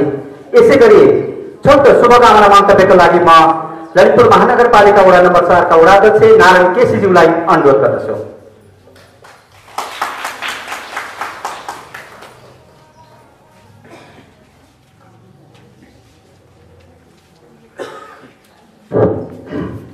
कार्यक्रम सञ्चालक मेरो भाइ लक्ष्मी गेवालीज्यूलाई धन्यवाद छ। यस शुभकामना आदान प्रदान कार्यक्रमका सभापतिज्यू, प्रमुख अतिथिज्यू, विशेष अतिथिहरू र यस टाढा समितिले संयुक्त रूपमा सञ्चालन गर्नुभएको यस दीपावली छठ पर्व नेपाल सम्बत यस कार्यक्रमको गर्नुभएकोमा यहाँहरू सबैलाई धन्यवाद र दिन्छु, शुभकामना दिन्छु। तर अहिले कोभिड निकै त भइसकेको छैन, नभए कोभिडले एकदम ख्याल गरेर हामीले जुन आज यहाँ डिस्टेन्स मिलाइराख्नु भएको छ अति राम्रो गरेर राख्नु भएको छ। जस्तै चाडपर्व नजिकै छ, नजिक आउँदैछ, हामीले के अरे बडा दसैँ छठ पर्व नेपाल सम्बत हरेक आउँदैछ। यो चाडपर्वलाई पनि मध्यनजर राखेर हामीले कार्यक्रम गरेको छौँ। मैले मुख्य कुरा यहाँ जुन कार्यक्रम उपस्थित हुनुभएको छ सम्पूर्ण मिलाउनु के छ भने स्वास्थ्य पनि ख्याल गर्नुपर्छ। चाडपर्व भन्दैन हुल लगाएर बढी गरेर धेरै गर्नु पनि हाम्रो छैन। स्वास्थ्यको मध्यनजर भयो भने अहिले नै तपाईँहरू भनेर कोरोना मुक्त भइसकेको जस्तो लाग्छ, कहिले मलाई पनि लाग्छ तर होइन। त्यसको एकदम ख्याल गर्नुपर्छ। ख्याल गरेर हामीले चाडपर्व बनाउनुपर्छ। तर चाडपर्वको पनि विचार गरेर मात्रै हामी भिड गरेर बसमा बसेर भिड गरेर हरेक ठाउँमा जाने गऱ्यौँ भने फेरि यो रोगले हामीलाई उगाउन सक्छ। यसलाई अनिवार्य हामीले गर्नुपर्ने यस रोगलाई टाढो पठाउनको लागि हामीले के गर्नुपर्छ, कसो गर्नुपर्छ तपाईँहरूलाई सबैलाई थाहा छ। यहाँ धेरै स्वास्थ्य कर्मीहरू हुनुहुन्छ, बुझेको महिला दिदीबहिनी हुनुहुन्छ र यो यसलाई शुभकामना आदान प्रदान पनि कार्यक्रम राखेको हो। जुन शुभकामना आदान प्रदान कार्यक्रममा आउनुभएका सम्पूर्ण दाजुभाइ दिदीबहिनीहरूलाई बडा दसैँ, शुभ दीपावली, छठ पर्व, नेपाल सम्बन्धको हार्दिक मङ्गलमय शुभकामना। आफ्नो स्वास्थ्य पनि ख्याल गरेर तपाईँहरूले हरेक चाडपर्व मनाउनु भन्दै दुई शब्द यही राख्न चाहन्छु। नमस्कार। धेरै धेरै धन्यवाद, धेरै धेरै धन्यवाद अध्यक्ष छोटो मिठो शुभकामनाका लागि। यसै गरी छोटो मिठो शुभकामनाका लागि म एन्जल फेडरेसन ललितपुर जिल्ला शाखा ललितपुरका अध्यक्ष एवं स्थानीय नागरिक सरोकार मञ्च नेपालका सल्लाहकार टीकाराम दाहालज्यूलाई अनुरोध गर्दछु। धन्यवाद। यस कार्यक्रमका सभापति महोदय, प्रमुख अतिथिज्यू, विशिष्ट अतिथिज्यू र त्यसमा आसीन अतिथिज्यूहरू र यस कार्यक्रममा सहभागी विभिन्न सङ्घ संस्थाबाट उपस्थित प्रतिनिधिज्यूहरू र सहभागी सम्पूर्ण दाजुभाइ दिदीबहिनीहरूमा हार्दिक शुभकामना नमस्कार व्यक्त गर्दछु। यस्तो यो कोभिडको महामारीमा पनि स्थानीय नागरिक सरोकार मञ्च लगायत अरू टुइटी महिला समूह, न्यू कोलोनी महिला समूह र सुन्दर नेपाल अभियान संस्थाले जुन खालको यो शुभकामना आदान प्रदानको कार्यक्रम राख्नु भएको छ, यो आयोजकप्रति हार्दिक धन्यवाद दिन चाहन्छु। वास्तवमा नेपालीहरूको महान चाड आउँदैछन्, दसैँ, तिहार, छठ लगायतका नेपाल सम्बन्ध लगायतका चाडपर्वहरू आउँदैछन्। यी सम्पूर्ण चाडपर्वहरूमा हाम्रो नेपालीहरूको फाटेको मन जोडियोस्। टाढा टाढा बसेका दाजुभाइ दिदीबहिनीहरू घर फर्किने उहाँहरूलाई इच्छा होस् र यदि छछिमेकमा पनि यदि केही कथाचित हाम्रा मनहरू अलिक टाढा भएको छ भने जोडिउन्, त्यो गाढापन बनोस्, अझ नजिक छ भने झन् नजिक बनोस् र भाइचाराको सम्बन्ध विकास होस् भन्ने नै हाम्रा चाडपर्वका मुख्य सन्देश जस्तो मलाई लाग्छ। यो यही कायम होस्, यी सम्पूर्ण आउने चाडपर्वहरूको म मेरो व्यक्तिगत तर्फबाट म नेप्सी म्याकको प्रतिनिधि भएको कारणले म नेप्सी म्याकको तर्फबाट र गैर शिक्षक संस्था महासङ्घ जिल्ला शाखा ललितपुरको तर्फबाट म हार्दिक मङ्गलमय शुभकामना व्यक्त गर्छु। हवस्, धन्यवाद, नमस्कार।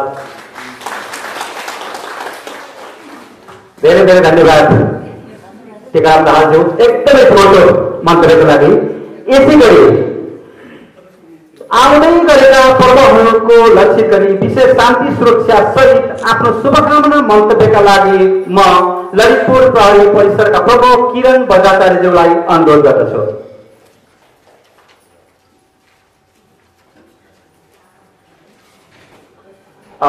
हाम्रो कार्यक्रम स्थलमा प्रदेश सभा सदस्य माननीय राजकाजी महर्जज्यू आउनु भएको छ। म उहाँलाई अतिथिका लागि अनुरोध गर्दछु र माला लगाएर सम्मान गरिदिनु हुन पनि म अनुरोध गर्दछु।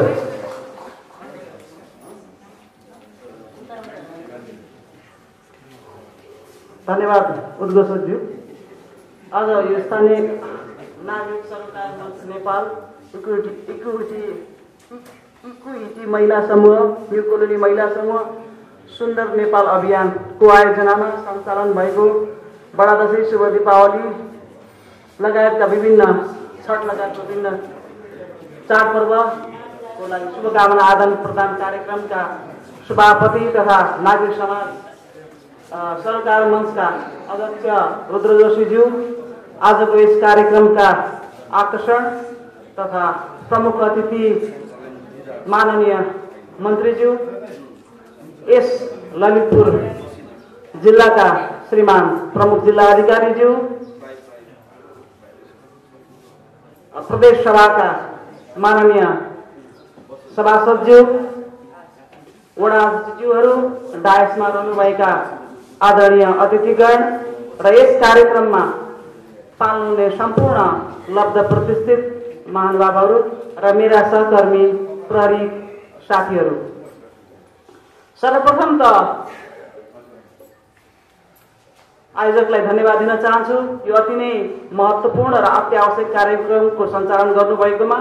यो कार्यक्रम सूचनाको आदान प्रदान पनि हो, यो कार्यक्रम शुभकामनाको आदान प्रदान पनि हो।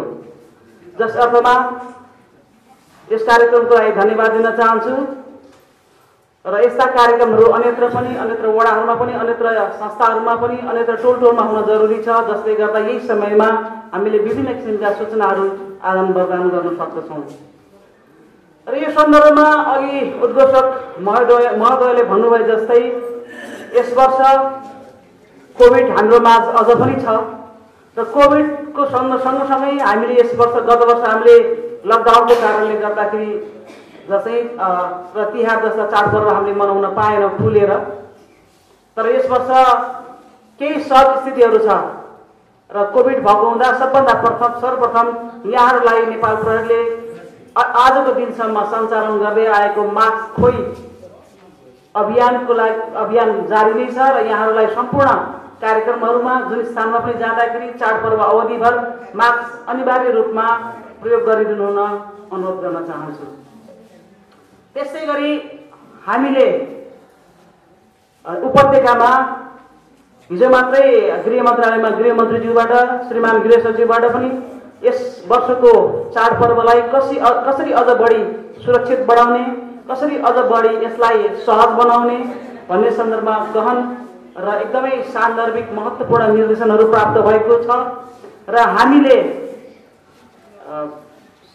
यहाँ नयाँ आउनुभएको सिडिओ साहबको आगमनसँगै असोज 1 गतेबाटै लागू हुने गरेर हामीले एउटा उपत्यकाभरि र ललितपुरको लागि पनि विशेष सुरक्षा योजनाहरू हामीले तयार गरेर झन्डै 1000 भन्दा बढी यतातर्फको सिभिल प्रहरी भनेर हामीले जुन युनिफर्म लगाएर खटिएका प्रहरीहरू हामी रहन्छौँ, त्यस्तै गरेर त्यो सँगसँगै हामीसँग सादा पोसाकका प्रहरी खटिन्छ, ट्राफिक प्रहरी पनि त्यत्तिकै सङ्ख्यामा, उल्लेखनीय सङ्ख्यामा खटिएर हाम्रो चाहिँ यो रहेको हुन्छ। त्यस्तै गरेर सादा पोसाकका प्रहरीहरू पनि यसमा खटिएका हुन्छ। र यही सन्दर्भमा यो चाडपर्व सँगसँगै विशेष गरेर मठ मन्दिरहरूमा भिडभाड हुने गर्छ, त्यस्तै गरेर बजार वित्तीय संस्थाहरूमा आवश्यक सुरक्षाको हामीले व्यवस्था गरेका छौँ। त्यस्तै गरेर टोल र घरहरू विशेष गरेर यो चाडपर्वमा कतिपय विभिन्न अधिराज्यका विभिन्न जिल्लाहरूबाट यहाँ काठमाडौँमा ललितपुरमा बसोबास गर्ने र चाडपर्वको बेलामा आफ्नो गृह जिल्लाहरू गृह स्थानहरू गृह घरहरू स्थानहरूमा जाने हुँदाखेरि यहाँ बस्नु रहनुभएका कतिपय घरहरू खाली हुने डेरा कोठाहरू खाली हुने र त्यस्तो अवस्थामा त्यस्ता घरहरूको पहिचान गरेर त्यसको लागि विशेष सुरक्षा योजना हामीले तयार गरेका छौँ। त्यस्तै गरी हामीले अर्को सुरक्षा दिनुपर्ने क्षेत्र भनेको यो सार्वजनिक सवारी साधनहरू र त्यस्तै गरेर बस पार्क एरियाहरू जहाँ सार्वजनिक सवारी साधनहरूमा धेरै मानिसहरूको चहलपहल हुने र यस्ता ठाउँहरूमा जुन अहिलेको समयमा चाडपर्वमा खरिद गर्न सामानहरू खरिद गर्नको लागि विभिन्न वित्तीय संस्थाहरूमा जान बजार जानको लागि नगद पैसाहरू सुनका गहनाहरू लिएर जाने हुँदा त्यस्ता सवारी साधनहरू पनि हामीले विशेष गरेर सुरक्षा ड्युटीहरू खटाएका छौँ। त्यस्तै गरी यो ट्राफिक व्यवस्थापनलाई यस्ता मठ मन्दिरहरूमा विभिन्न वित्तीय बजारहरूमा चाहिँ भिडभाड हुने कार्यक्रम स्थलमा भिडभाड हुँदाखेरि कतिपय व्यक्तिहरूलाई आफ्नो गन्तव्यहरूमा जानको लागि पनि बस पार्क एरियामा पनि बढी त्यस्ता किसिमका समस्या हुँदाखेरि त्यसको लागि विशेष सुरक्षा व्यवस्था गरेका छौँ। र विपदको समयमा कुनै आपद परिहाल्यो यो बेलामा आगलागी भइहाल्यो अथवा कुनै ठाउँमा हस्पिटलमा त्यस्तो किसिमको भयो त्यसको लागि स्ट्यान्ड बाई रूपमा महानगरपालिका वडाहरूसँग समन्वय गरेर प्रहरीको जिल्ला प्रहरी कार्यालय महानगरी प्रहरी परिसर ललितपुर जावलाखेलमा स्ट्यान्ड बाई रहने गरेर हामीले विशेष एउटा यो टिम नै हामीले तयार गरेका छौँ जसको चाहिँ 24/7 नै खटिएर बसेको हुन्छ। त्यस्तै गरेर यस वर्षको चाडपर्वमा यो र अर्को कुरा यो चाडपर्व सँगसँगै सुरु हुने जुवा तास खेल्ने क्रमहरू बढी हुन्छ यो संस्कारबाट आइरहेका कुराहरू। त्यस्तै गरेर मदिरा सेवनका कुराहरू चाहिँ अलि अत्याधिक रूपमा त्यो बढेको पाइन्छ। त्यस्तै गरेर अन्य अवाञ्छित रूपमा गतिविधिहरू पनि बढ्ने गर्छ। होहल्ला हुने लागु औषधहरूको सेवनहरूमा त्यस्तै किसिमको बढ्ने। त्यस्तै गरी यो अनलाइनबाट ठगी गर्ने विभिन्न किसिमका सामानहरू सस्तोमा उपलब्ध गराइदिन्छु र त्यसलाई चाहिँ सहजै रूपमा घरमा डेलिभरी गरिदिन्छु भन्ने त्यस्ता किसिमका ठगीका गतिविधिहरू पनि बढ्ने गरेको पाइन्छ। र त्यो सँगसँगै यसमा विभिन्न किसिमको अहिले पछिल्लो समयहरूमा अनलाइनको माध्यम प्रयोग गरेर महिला विरुद्धका लैङ्गिक हिंसासँग सम्बन्धको विभिन्न किसिमका यस्ता किसिमका फोटोहरू अपलोड गर्ने थ्रेटेन गर्ने किसिमका घटनाहरू पनि बढ्दो क्रम छ। र त्यसलाई पनि मोनिटरिङ गर्न विशेष एउटा स्क्वाड नै स्पेशल स्क्वाड नै महानगर प्रहरी परिसरको टिममा हामी अफिसभित्र हामी स्ट्यान्ड बाई राखेका छौँ। र त्यस्तै गरी यो पटाकाहरू तिहारमा पटाकाहरू गर्ने धमाकाहरू गर्ने विभिन्न किसिमको भुइँचम्पा इत्यादिका कुराहरू गर्ने त्यस्ता किसिमको गतिविधिहरू देखिन्छ। त्यस्तै गरेर अर्को भनेको टोलमा विशेष गरेर युवा वर्गहरूले लङ्गुर बुर्जाहरू खेलाउने यस्ता किसिमका घटनाहरू हुने गर्छ। यो सबैको लागि यस वर्ष विशेष उपत्यकाकै पनि एउटा विशेष सुरक्षा योजना तयार छ। र त्यस्तै गरी बजार अनुगमनको लागि जिल्ला प्रशासन कार्यालयसँग समन्वय गरेर टिम नै परिचालन हुन्छ जहाँ कालाबजारीका कुराहरूमा अथवा चाहिँ कृत्रिम अभाव सुरु गरेर जुन अहिले यो चाडपर्व लक्षित यसलाई चाहिँ समस्याहरू ल्याउने हुन्छ। त्यस्तै गरेर मासुको बिक्री हुने खसी बजारहरू इत्यादिहरूमा पनि विशेष हाम्रा प्रहरीहरू सादा पोसाकको प्रहरी र युनिफर्म लगाएका प्रहरीहरू परिचालन हुनेछ। र यस वर्ष हामीले हाम्रै प्रहरीलाई पनि एकदमै वैज्ञानिक ढङ्गले परिचालन गर्नेछौँ र थप मद्दतको रूपमा प्रहरी प्रधान कार्यालयबाट रानीपोखरी प्रहरी कार्यालयबाट हामीलाई थप प्रहरीहरू प्राप्त हुनेछ। र यसमा वैज्ञानिक ढङ्गले हामीले प्रहरीहरू परिचालन गरेका छ। राउन्ड द क्लक प्रहरीहरू खटिनेछ। यहाँहरूको टोलहरूमा युनिफर्म लगाएका प्रहरी हुनेछ। त्यस्तै गरेर समुदाय प्रहरी साझा तयारी यस्ता किसिमका कार्यक्रमहरूबाट समुदायसँग मिलेर स्थानीयहरूसँग मिलेर पनि सूचना संयन्त्रहरू हामी विकास गर्नेछौँ। र यहाँहरूसँग कुनै पनि समयमा सम्पर्क गर्न खबर गर्नको लागि 100 जुन प्रहरीको हटलाइन हो 5वटा हटलाइन अहिले ललितपुर प्रहरीमा हामीले सुरु गरिसकेका छौँ। त्यसको अफिस जावलाखेलमा छ र 24/7 यो हटलाइन 5वटा लाइनको नम्बरहरू स्ट्यान्ड बाई हुन्छ। यहाँहरूलाई कुनै पनि समस्याहरू भए पनि यो हटलाइन मार्फत यहाँहरूले बिदाका दिनमा पनि कुनै पनि समयमा रातिको समय पनि यहाँहरूले खबर गर्न सक्नुहुन्छ। र यो हटलाइन यस वर्षमा आइकन यसमा हामीले डिजिटल ट्र्याकिङ सिस्टम हामीले सुरु गरेका छौँ जसको अर्थ हुन्छ कि तपाईँहरूले गर्नुभएको फोनहरूको प्रहरीमा निवेदनको यो फोन आफैमा एक काइन्ड अफ एफआइआर हो। यहाँहरूले कुनै पनि इन्फर्मेसन गर्नु भन्छ यो अटोमेटिक सिस्टममा गएर यसले रेकर्डिङ सिस्टम गर्छ र डिजिटल ट्र्याकिङ सिस्टम भन्छ यो एफआइआरको रूपमा रहन्छ। र कुनै पनि समयमा यहाँहरूलाई मैले यति बेला र त्यसपछि यहाँहरूले प्रहरी कति बेला आइपुग्छ, यदि अब बाटोको दोरी र कुनै अन्य प्राविधिक समस्या नभए 5 मिनटभित्र हामीले स्ट्यान्डर्ड चाहिँ 15 मिनट राखेका छौँ। 15 मिनटभित्र प्रहरी पुग्नुपर्छ र त्यस्तो किसिमले प्रहरी यहाँको समक्ष आइपुगेन, समस्या गर्दा फोन गर्दा आइपुगेन भने कुनै पनि समयमा म यहीँ नै रहन्छु, जावलाखेलमा नै बस्छु, यहाँहरूले मलाई मेरो नम्बरमा सिधै सम्पर्क गर्न सक्नुहुन्छ। त्यस्तै गरेर अर्को भनेको हामीले खटाएका सादा फुटा कुराहरू गऱ्यौँ। त्यस्तै गरेर सार्वजनिक सभा साधनहरूमा विशेष गरेर महिलाहरूको लागि विभिन्न किसिमका हुने यो टिका टिप्पणी हुन्छ, सेक्सुअल हरासमेन्टहरूलाई नियन्त्रण गर्न हामीले सेफ्टी पिन भनेर एउटा अभियान गत 3 वर्षदेखि हामीले उपत्यकामा सञ्चालन गरेका छौँ, जुन साह्रै नै यो चाहिँ प्रभावशाली पनि देखिएको छ, लोकप्रिय पनि भएको छ। र सेफ्टी पिनका यहाँहरूले थाहा नपाउनु गरेर प्रहरी कर्मचारीहरू त्यहाँ खटिएका हुन्छ र त्यसै किसिमको लैङ्गिक हिंसाहरू अथवा जिस्काउने, पछाडिबाट आएर विभिन्न संवेदनशील अङ्गहरू छुने, त्यस्तै किसिमको गलत कमेन्टहरू गर्नेहरूलाई हामीले नियन्त्रणमा पनि ल्याएका छौँ। झन्डै 1000 भन्दा बढी त्यस्ता किसिमको सार्वजनिक सभा साथमै बसेर पिक पकेटिङ गर्ने, लुटपाट गर्ने, विभिन्न बजारमा जाने व्यक्तिहरूलाई हामीले कारबाहीको दायरामा ल्याएका छौँ। र त्यस्तै गरेर यो वर्षलाई हामीले गत केही वर्षदेखि नै नेपाल प्रहरीले टेक्नोलोजी लेड पुलिसिङको कन्सेप्ट हामीले ल्याएका छौँ, जसको अर्थ हामीले टेक्नोलोजीलाई पनि सँगैसँगै डेभलप गर्दै टेक्नोलोजीलाई पनि सँगैसँगै समेट्दै हामीले पुलिसिङ गरेका छौँ। र यसमा ललितपुरमा अहिले हालसालै पनि अहिले महानगरपालिका ललितपुर महानगरपालिकाको मेयर साहबले पनि मलाई यो ललितपुर विशेष गरेर नगरपालिकाको क्षेत्रभित्र अधिकतम सिसिटिभीहरूलाई यसलाई चाहिँ यसको डोमिनेसनमा राख्नु पर्यो र कुनै पनि व्यक्ति घरबाट निस्कँदा अथवा कुनै पनि अपराधी एउटा टोलबाट अर्को टोलमा जाँदा झन्डै उसको 300 मिटरको दूरीमा ऊ जाँदाखेरि उसलाई अर्को क्यामेराले उसलाई सर्भिलेन्स गरेको हुनु पर्यो, ताकि कुनै पनि व्यक्तिको कहीँबाट तपाईँहरूको घर खाली निस्किएको छ अथवा जाँदा बेलामा कोही मान्छेलाई ट्र्याक गर्नु पर्यो भने त्यो सर्भिलेन्स उसको सिसिटिभीबाट पनि हाम्रो त्यसलाई सर्भिलेन्स गर्दैछौँ। र अहिले झन्डै हाम्रो ललितपुर प्रहरीमा मोनिटरिङ गर्ने गरेर 1000+ सङ्ख्यामा ललितपुरको यो महानगरपालिकाभित्र हामीले सिसिटिभीहरू विभिन्न वडा कार्यालयहरूको समन्वयमा सहयोगमा त्यो हामीले गरिसकेका छौँ। र त्यसको नेटवर्किङ, त्यसको चाहिँ इन्टिग्रेटेड रूपमा त्यसलाई मोनिटरिङ गर्ने सिस्टम हामीले जावलाखेलमा राखेका छौँ।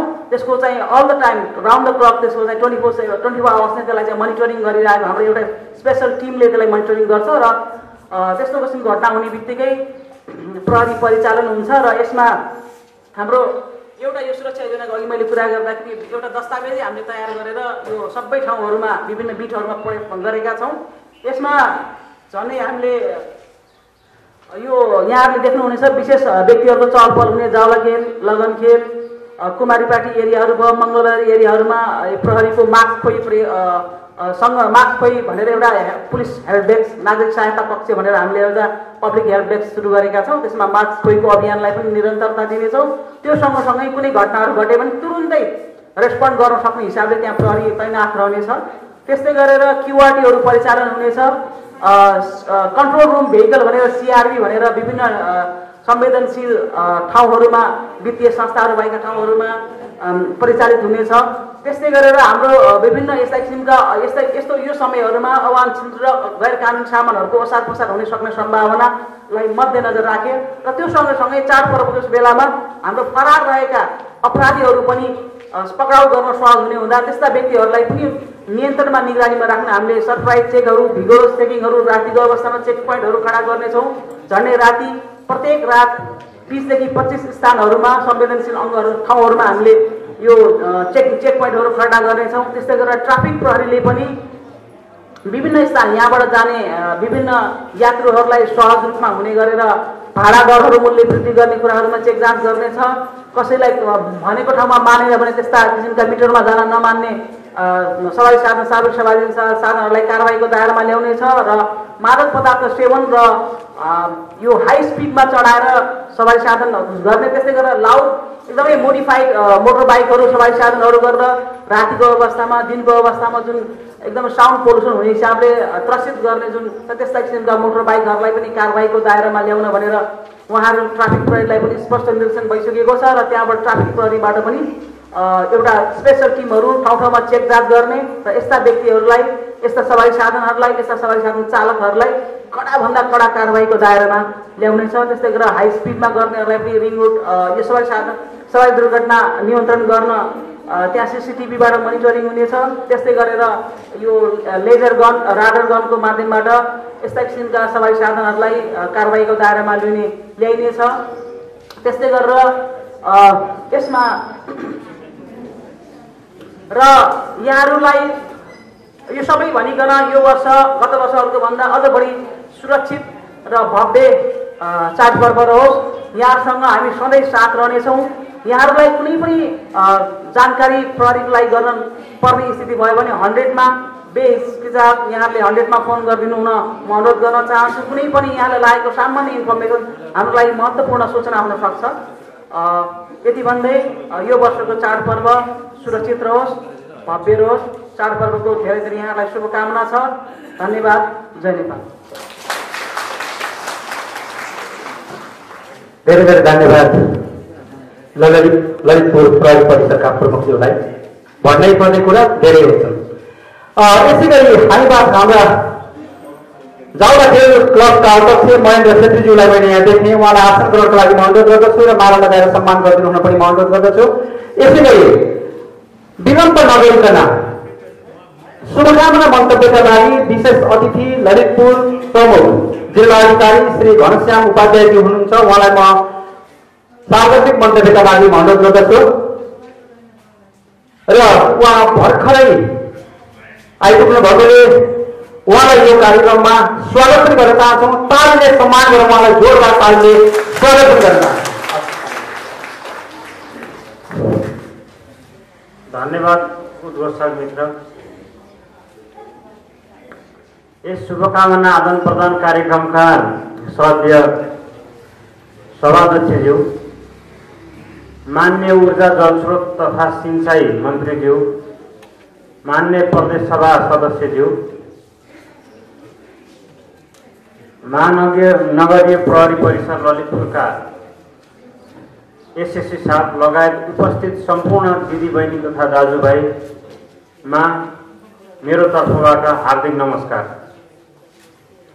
सर्वप्रथम त ललितपुर जिल्लामा म चाहिँ कार्यरत भएको धेरै समय भएको छैन, करिब 1 हप्ताको समय भएको छ र हजुरहरूले जुन चाहिँ एउटा न्यानो मायासहित मलाई स्वागत र सफल कार्यकालको कामना व्यक्त गर्नुभएको छ, यसका लागि म हृदयदेखि आभारी छु। ललितपुर जस्तो ऐतिहासिक जिल्ला र एउटा सभ्य नागरिकहरूको बसोबास रहेको जिल्लाको प्रमुख जिल्ला अधिकारीको जिम्मेवारी पाउँदा म आफैलाई गौरवबोध र थप जिम्मेवारी बोध महसुस भएको छ र थप केही राम्रो गरेर जाउँ र केही चाहिँ भोलि यो चाहिँ सम्झिन लायक कामहरू गरेर जाउँ भन्ने चाहिँ एउटा जागरुकता पैदा भएको छ। सर्वप्रथम त यो छोटो अवधिमा पनि मान्य मन्त्रीज्यू लगायत जनप्रतिनिधिज्यूहरूसँगको भेटघाटबाट प्राप्त भएका सुझावहरू बमोजिम केही विकास निर्माणसँग सम्बन्धित कार्यहरूको सहजीकरण, चाडपर्व केन्द्रित बजार अनुगमन लगायतका चाडपर्व केन्द्रित चाहिँ यो सुरक्षा योजना हामीले कार्यान्वयनमा ल्याएका छौँ। प्रहरी प्रशासनबाट भइरहेका कामहरूको विस्तृत जानकारी एसएसपी साहबले गराउनु भएको छ। मूलभूत रूपमा सरकार र नागरिक बीचको दूरी घटाउने, सकेसम्म छिटो समस्याहरू सुन्ने र चाहिँ सहजीकरण गर्ने भूमिका मैले खेल्नेछु भन्ने प्रतिबद्धता यो एउटा यत्रो चाहिँ दाजुभाइ दिदीबहिनीको अगाडि व्यक्त गर्न चाहन्छु।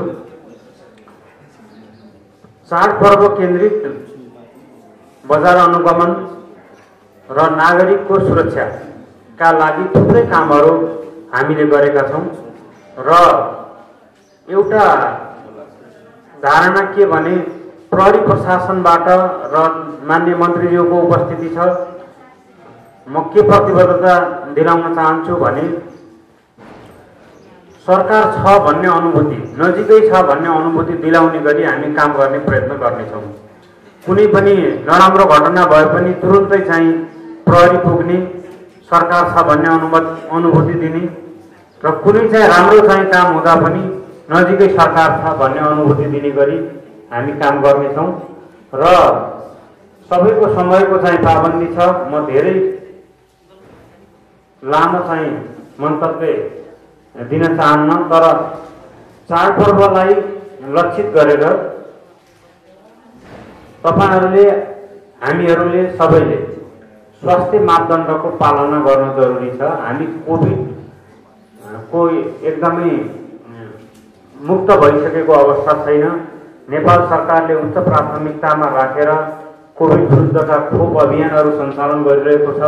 आजै पनि खोपको बैठक पनि छ, यसपछि गएर गर्नुपर्ने र यो कोभिडलाई आजको यस शुभकामना आदान प्रदान कार्यक्रमका सभाध्यक्षज्यू, यसै कार्यक्रममा उपस्थित हुनुभएका माननीय ऊर्जा जलस्रोत र सिँचाइ मन्त्री माननीय पम्फा भुषालज्यू, यसै गरी मञ्चमा आसन हुनुहुने सिडिओ साथ, यसै गरी प्रहरी प्रभागका एसएस साथ लगायत वडाका वडाध्यक्षज्यूहरू र वडाका प्रतिनिधिज्यूहरू र सम्पूर्ण उपस्थित अतिथिज्यूहरू र यसै कार्यक्रममा सहभागी हुनुभएका सम्पूर्ण सहभागी एवं महानुभावहरूमा स्वीकार्नुहोस् न्यानो नमस्कार अभिवादन।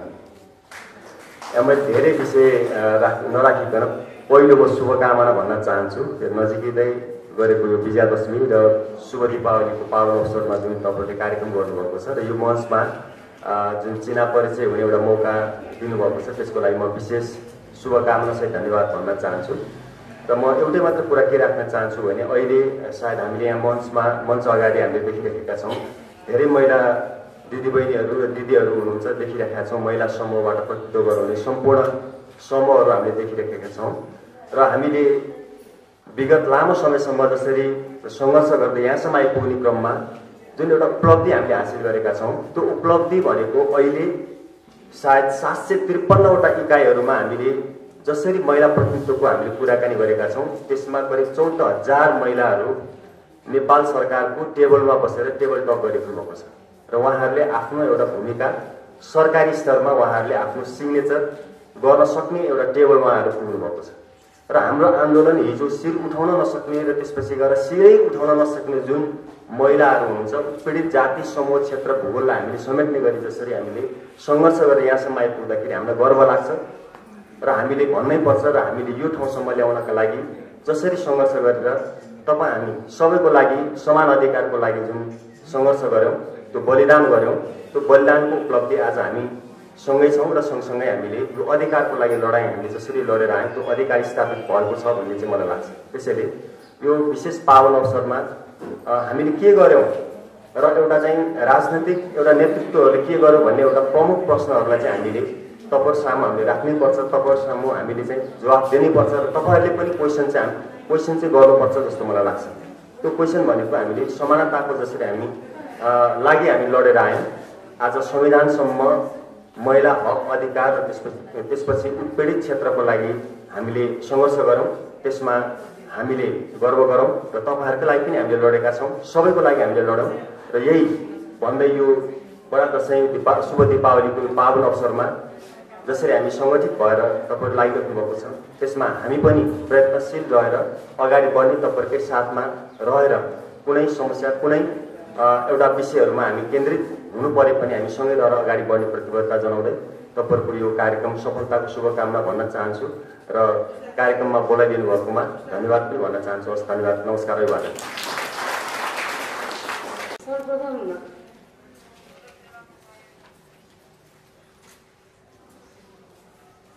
हामी आयोजक कमिटी यहाँ उपस्थित सम्पूर्ण महानुभावहरूमा हार्दिक न्यानो अभिवादन व्यक्त गर्दछौँ।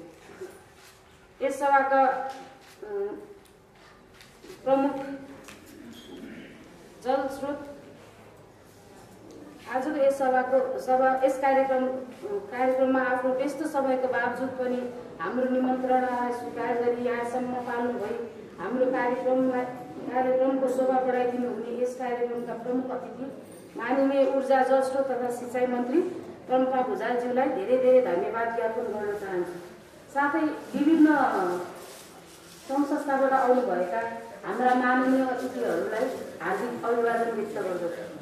यसै गरी विभिन्न सङ्घ संस्थाबाट पाल्नुभए हाम्रो कार्यक्रम अवधिभरि आफ्नो अमूल्य समय दिनुभएकोमा यहाँहरू सबैलाई धन्यवाद दिन चाहन्छु। धन्यवाद सानो शब्द लाग्छ, तर धन्यवादभित्र चाहिँ हाम्रो आत्मीयता, हाम्रो सम्मान, हाम्रो भावना लुकेको हुन्छ। यो कार्यक्रम आज यहाँ गरिरहँदाखेरि चाहिँ हामीले केही पाएको छौँ र त आज हामी धन्यवाद दिन यहाँ उपस्थित भएका छौँ।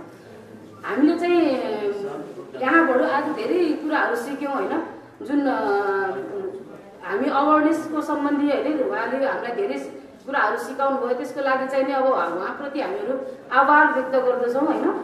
अनि एउटा कुरा उखानै छ, थैलीको मुख बन्द गर्नु, अरूलाई चोर दोष नलाउनु होइन। त्यसैले सजगता यो महान चाडपर्वमा हामीले आफ्नो सजग भएर आफ्नो वरिपरिको होइन के कस्तो भइरहेको छ भन्ने कुराहरूलाई पनि वाच गरेर हामी नै सक्षम भएर हामीले नै आफ्नो घर परिवार वरिपरि समाज वरिपरि के भइरहेको छ भन्ने कुरामा विचार गरेर अगाडि बढ्यौँ भने सायद हामीलाई चाहिँ धेरै सहयोग पनि हुन्छ होला होइन।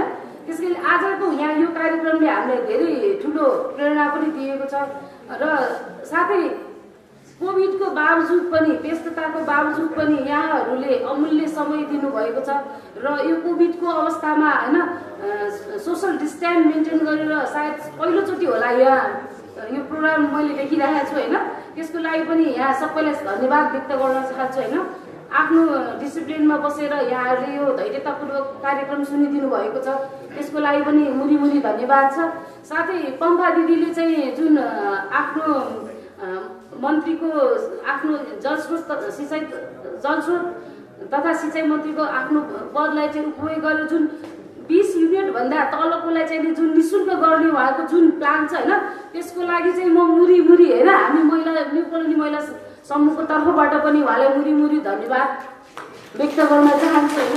त्यसै गरी यहाँ यो आयोजक कमिटी लगायत अब इक्विटी महिला समूहदेखि लिएर सबै हाम्रो यहाँ दिदीबहिनी दाजुभाइ विभिन्न सङ्घ संस्थाबाट आउनुभएको वडाका सदस्य सबैजनालाई दिदीबहिनी सबैलाई चाहिँ एकदम हृदयदेखि आभार प्रकट गर्दछु। साथै विजयादशमी आउँदै गरेको महान चाड विजयादशमी, शुभ दीपावलीको अनि नेपाल सम्मतको पनि यहाँहरूलाई शुभकामना छ होइन।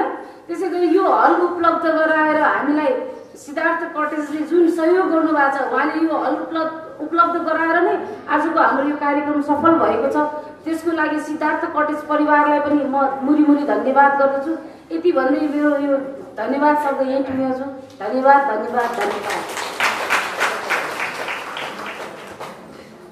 आयोजक संस्थाको तर्फबाट सबैलाई धन्यवाद दिनुभएकोमा निशा श्रेष्ठज्यू तपाईँलाई पनि धेरै धन्यवाद। अब आज हाम्रो यो कार्यक्रममा भिजन अनलाइन टिभी, वचन online TV, holistic online TV हुनुहुन्छ, उहाँहरू सबैलाई म धन्यवाद दिन चाहन्छु। र हाम्रा कार्यक्रमहरू भाइचाराको सम्बन्धहरू प्रगाढ बनाउने, सद्भावहरू जोड्ने, मनमुटुहरू फाटिएका मनमुटुहरू एक ठाउँमा ल्याउने र जोड्ने, यो अघोषित रूपमा लेखिएको संविधान जस्तै पिता पुर्खाहरूले लगाइदिएको दसैँको टीका र चेलीबेटीहरूले लगाइएको तिहारको माला र टीकाको संस्कारसँग जोडिएको कुराहरू यो चाहिँ अब संविधानमा लेखिनु पर्दैन, यो त्यस्तै हो। त्यसलाई सहस्त्र मानेका छौँ, त्यसै गरी हामी मान्छौँ। हामी यसलाई खर्चिलो बनाउँदैनौँ र भर्किलो पनि बनाउँदैनौँ भन्ने सन्देश पनि दिन खोजिरहेका छौँ। र यसमा हामीलाई सुरुदेखि अन्त्यसम्म जसरी अतिथि गणहरू बस्नु भएको छ उहाँहरूलाई पनि धेरै धन्यवाद। र जसले कुराहरू सुनेर बस्नु भएको छ यहाँहरू सबैलाई धन्यवाद आयोजक तर्फबाट दिन चाहन्छु। र यो थुप्रै वक्ताहरूलाई बोल्न दिने मन थियो, हुँदै पनि यो 9 बजे यो हल छोड्नुपर्ने बाध्यता थियो। त्यही भएर हामीले 8:30 बजे भनिरहेका छौँ, हामी समयमा छौँ, 8:45 भएको छ। अब मात्रै समापन गर्न अध्यक्ष हुनुहुन्छ, यसलाई लामो हुँदैन। तथापि म केही व्यक्तित्वहरूलाई धन्यवाद दिँदै म आफ्ना विचारहरू सहित म आफू पनि बिदा हुन्छु। प्रमुख अतिथिज्यू, विशिष्ट अतिथिज्यू, विशेष अतिथिज्यूहरू, पत्रकार मित्रहरू, सुरक्षाकर्मी मित्रहरू, हस्पिटल फिल्डका नर्स डाक्टरहरू, वित्तीय क्षेत्रमा आबद्ध महानुभावहरू, कलाकार मित्रहरू, विभिन्न अभियानका मित्रहरू, विभिन्न स्कुल कलेजका विद्यार्थी भाइ बहिनीहरू, साथै गुरुवर्गहरू, विभिन्न सङ्घ संस्थाका प्रतिनिधिज्यूहरू एवं कर्मचारी मित्रहरू, साथै स्थानीय टोलवासी आमा बुबा दाजुभाइ तथा दिदीबहिनीहरू, यस कार्यक्रमको निमन्त्रणा स्वीकार गरेर टाढा टाढाबाट पनि यहाँ उपस्थित हुनुहुने सम्पूर्ण महानुभावहरू, साथै यस कार्यक्रममा निःशुल्क रूपमा आवश्यकता अनुसार माला उपलब्ध गराउने आयोजक संस्था सुन्दर नेपाल सफाई अभियान लगायत आयोजक संस्थालाई सही मार्गमा लैजानका लागि आफ्नो संस्थामा सल्लाह सुझाव दिइरहनुहुने सम्पूर्ण सल्लाहकारज्यूहरू, आवश्यकता अनुसार चिठी पत्र तयार गरिदिने नेप्सेम्याक संस्था र यति राम्रो हल साउन्ड सिस्टम, आवश्यकता अनुसार चिया कुकिजको व्यवस्थापन गरिदिनु हुने सिद्धार्थ कटेज, सबैलाई खबर गर्ने आयोजक संस्थाहरूको सिङ्गो टिम र व्यस्त समयका बावजुद पनि यस कार्यक्रममा उपस्थित हुनुहुने सम्पूर्ण महानुभावहरूमा एकमुष्ट रूपमा आयोजक संस्थाहरूको तर्फबाट धन्यवाद दिँदै आउँदै गरेको नेपालीहरूको महान चाड बडादशैँ, शुभ दीपावली, नेपाल सम्वत, छठ लगायतका नेपालीहरूका महान पर्वहरूको अवसरमा खर्चिलो र भड्किलो नगरिकन मनाऊ मेरो व्यक्तिगत तर्फबाट एवं यस आयोजक संस्थाको तर्फबाट पनि हार्दिक मङ्गलमय शुभकामना व्यक्त गर्दै उपस्थित सम्पूर्ण महानुभावहरूलाई चियापान ग्रहण गरेर मात्र जानको लागि अनुरोध गर्दै कार्यक्रम सञ्चालनको सिलसिलामा कुनै कमी कमजोरीहरू भएमा यहाँहरूमा क्षमा माग्दै अब यस कार्यक्रममा सभापतिज्यूलाई आफ्नो मन्तव्यसहित सबैलाई धन्यवाद दिँदै सभा विसर्जन गरिदिनु हुन अनुरोध गर्दै म कार्यक्रम सञ्चालक यहाँहरूमा बिदा हुन्छु। हस्, नमस्कार, धन्यवाद।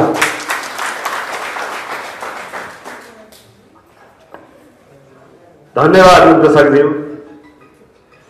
कार्यक्रमका प्रमुख अतिथि माननीय मन्त्रीज्यू, प्रदेश सभासद, प्रमुख जिल्ला अधिकारीज्यू, ललितपुर प्रहरी प्रमुखज्यू, मञ्चमा विशिष्ट व्यक्तित्वज्यूहरू, उपस्थित आजको कार्यक्रममा आउनुभएका विभिन्न सङ्घ संस्थाबाट, महिला समूहबाट, आमा समूहबाट सबैमा एकमुष्ट हार्दिक अभिवादन, नमस्कार पठाउँछु। नमस्कार स्वीकार गर्नुहोस्। कुराहरू सबै आइसकेको छ। मैले बोल्न पनि कुरा केही पनि छैन। सिर्फ मलाई 3 मिनट 3टा कुरा गर्छु माननीय मन्त्रीज्यूलाई र सिङ्गो ललितपुर जिल्ला यतिखेर यो हाम्रो कार्यक्रममा हुनुहुन्छ। बडा दशैं आइरहेको छ। हामी कोभिडले तहस नहस भएको समाज यतिखेर भौतारिरहेको छ, अलिकति जोगिरहेछ। यो चाडपर्वमा मात्र सिडिओ साहबलाई यति मात्रै अनुरोध गर्दछु, मिसावट नहोस्, दूषित नहोस्, ताजा राम्रो सर्वसुलभ जनताले खोजेको जुन छ त्यो कुरालाई चाहिँ अनुगमन गरेर कार्यान्वयन होस् भन्ने पहिलो कुरा म राख्न चाहन्छु। दोस्रो कुरा, हाम्रो क्षेत्रको माननीय मन्त्रीज्यू, हाम्रो अधिकार पनि छ। मैले एउटै मात्रै कुरा जोड्न चाहे, अब ललितपुरमा चाहिँ महानगरपालिका हामी जहाँ बस्छु त्यो क्षेत्रमा चाँडोभन्दा चाँडो उहाँको पालामा अन्डरग्राउन्ड बत्तीको चाहिँ लाइनको एक्सचेन्ज होस्, योजना होस् भन्ने अनुरोध गर्न चाहन्छु। तेस्रो कुरा खानेपानी र सडक बत्तीलाई व्यवस्थित होस्। यिनै कुराहरू भन्दै मैले अरू कुरा चाहिँ ललितपुर जिल्लामा सर्वबाट भर्खरै आउनुभएका हाम्रो प्रमुख जिल्ला अधिकारीज्यूलाई स्वागत र सम्मान गर्छु र यहाँ पत्रकारज्यूहरू हुनुहुन्छ, अरू सङ्घ संस्थाबाट जोडिनु भएको छ, अरू धेरै क्षेत्रबाट आउनुभएको छ।